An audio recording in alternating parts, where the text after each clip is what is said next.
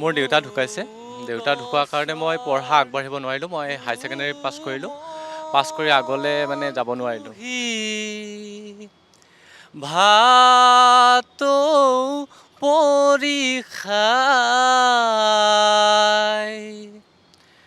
দেউতাই পোহা মইনা চৰাই। ঘৰৰ একমাত্ৰ উপাৰ্জনকাৰী মই ভাইটিক পঢ়ুৱাই আছোঁ আৰু মোৰ মা আছে, বা আছিলে, এজনী বা বিয়া হৈছে।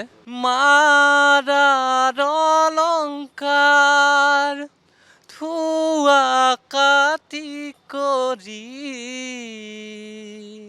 ঘৰৰ অৱস্থা ভাল নহয়, তাৰ বাবে মই আগুৱাই যাব পৰা নাই। ভৱিষ্যতে পাৰিলে নিশ্চয় মই নিজেই গান বনাম বুলি ভাবিছোঁ। নিজেই গান বনাই নিজেই গান গাম বুলি ভাবিছোঁ। আৰু এই প্ৰেৰণাখিনি পাইছোঁ একমাত্ৰ জুবিন দাৰ বাবে। য'ত ডিউটি কৰি আছোঁ তাত আপোনাৰ মানুহৰ গালিও শুনিব লাগে, কিছুমানে ভালকৈ কয়। মানে গাড়ী এখন যদি থোৱাত যদি ক'ৰবাত অসুবিধা হয় তেতিয়াহ'লে মানুহজনে গালিও পাৰিব। গছৰ কোমল কুহি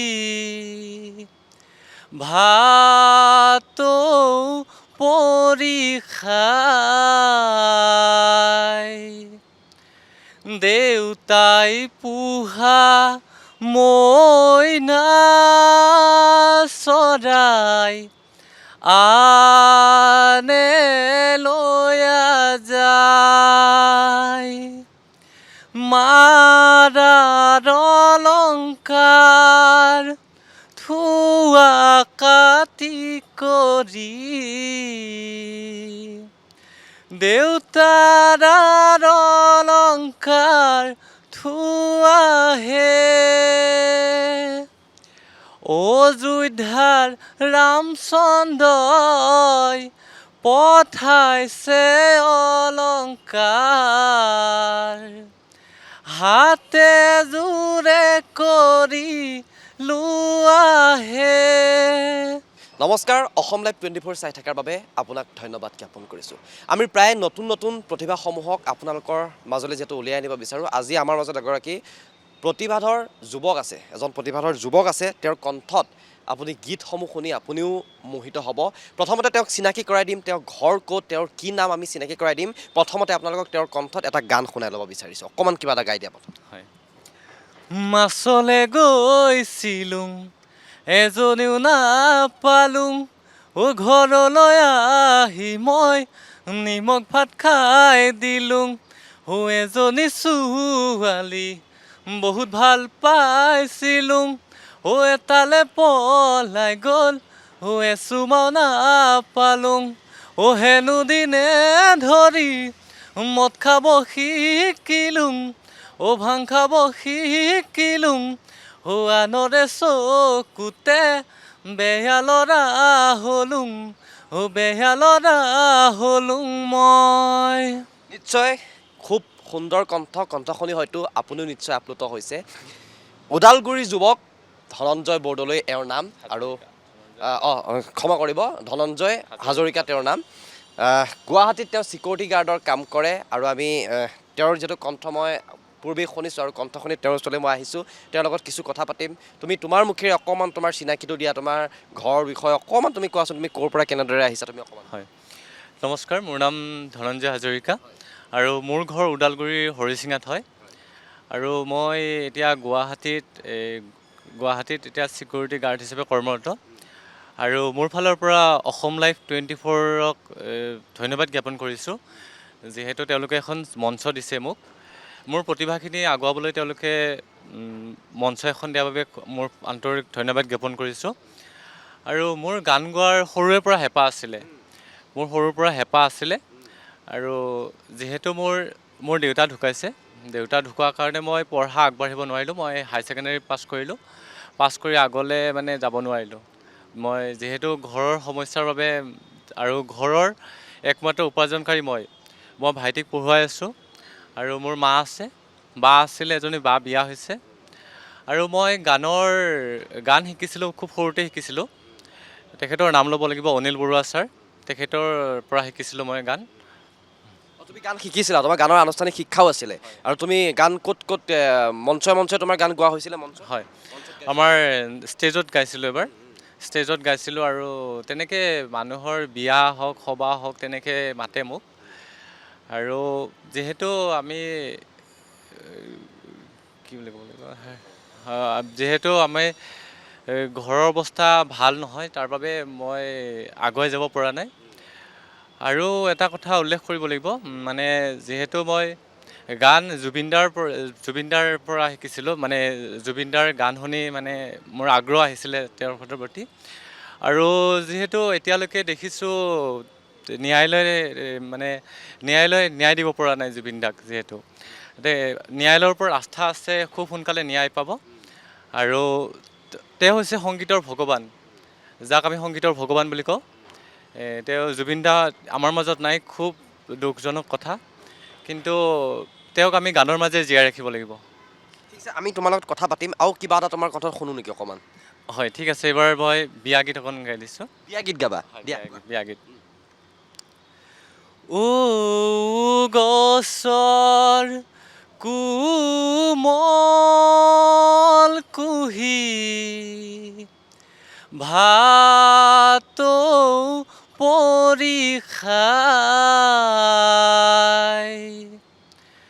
দেউতাই পোহা মইনা চৰাই আনে লৈয়া যায়, মাৰাৰ অলংকাৰ থোৱা কাটি কৰি, দেউতাৰ অলংকাৰ থোৱাহে,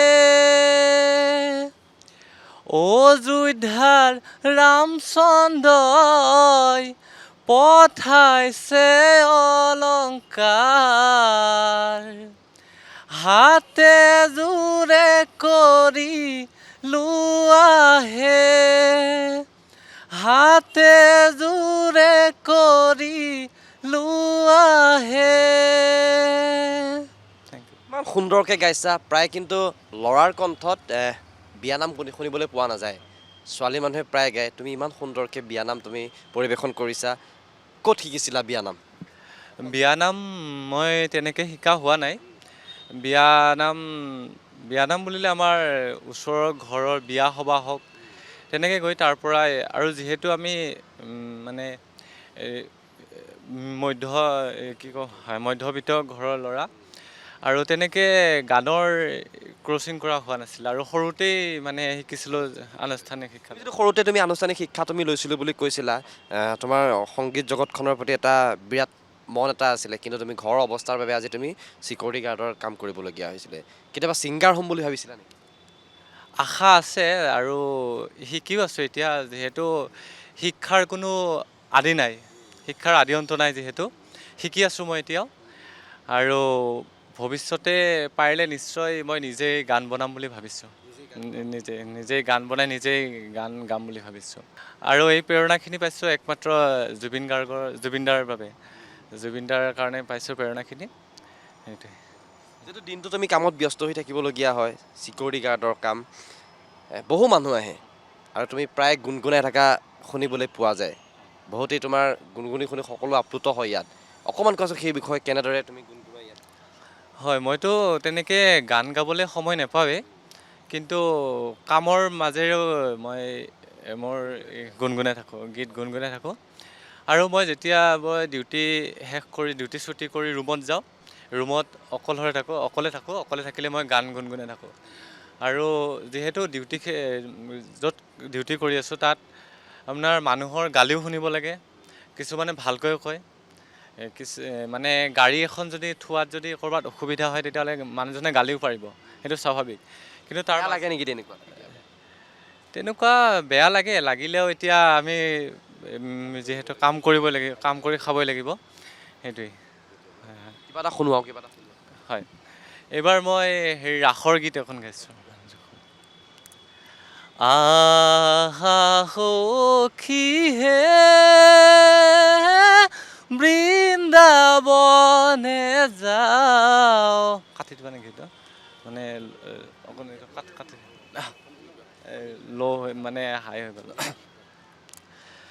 আহা সখী হে বৃন্দাবনে যাও গোকুলৰে শ্ৰী কৃষ্ণক নয়ন ভৰি চাও আহা সখী হে বৃন্দাবনে যাও গোকুলৰে শ্ৰী কৃষ্ণক নয়ন ভৰি চাও ও হৰি হে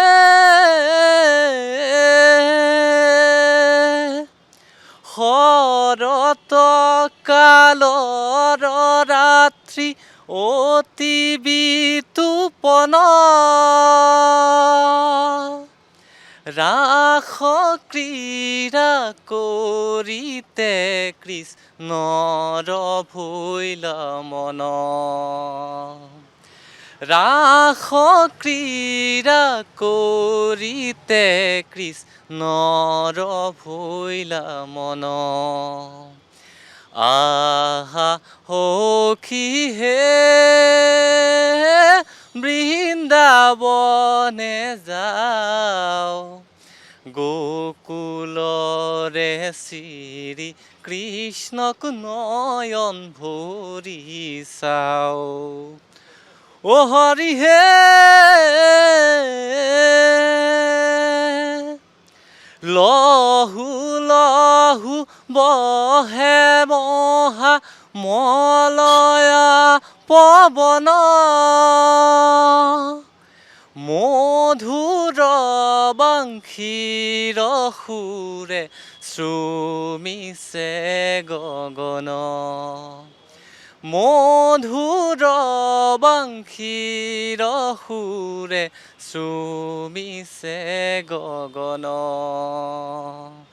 সুন্দৰকৈ ৰাসৰ গীতো গাইছা কিন্তু তুমি দেই আৰু কাৰ কাৰ গীত গাব জানা এইবাৰ মই হেৰি সীমান্ত শেখৰ জানো সীমান্ত গাঁৱত যেতিয়া তুমি যোৱা গাঁৱত গোৱা হয় লগৰখিনিৰ মাজত কি কয় লগৰখিনিৰ মাজত মানে এটাই চৰ্চা আমাৰ লগৰখিনিৰ এটাই চৰ্চা চলি থাকে বোলে তুমি গানৰ হেৰিটো কণ্টিনিউ কৰা গানৰ হেৰিটো চলাই নিবলৈ দিয়ে তেওঁলোকে কিন্তু গানত যদি মই কনচেনট্ৰেট কৰোঁ তেতিয়াহ'লে মোৰ বাকী কামখিনি নহ'ব যিহেতু মই ভাইটিক পঢ়ুৱাই আছোঁ আৰু ঘৰৰ আগতেও কৈছোঁ মই উপাৰ্জনকাৰী ময়েই সেইখিনি তেনেকৈ হোৱা নাই আৰু ইচ্ছা আছে গান গাবলৈ মানে ভৱিষ্যতে নিজৰ ফালৰ পৰা গান উলিয়াবলৈ মন আছে নিজৰ ফালৰ পৰা গাবলৈ মন আছে সেইটোৱে আৰু কিবা এটা শুনো আমি অনুষ্ঠানটো শেষ হয় শেষত এইবাৰ মই জুবিনদাৰ মায়াবিনী গানটো গাইছোঁ মায়াবিনী ৰাতিৰ বুকুত দেখা পালোঁ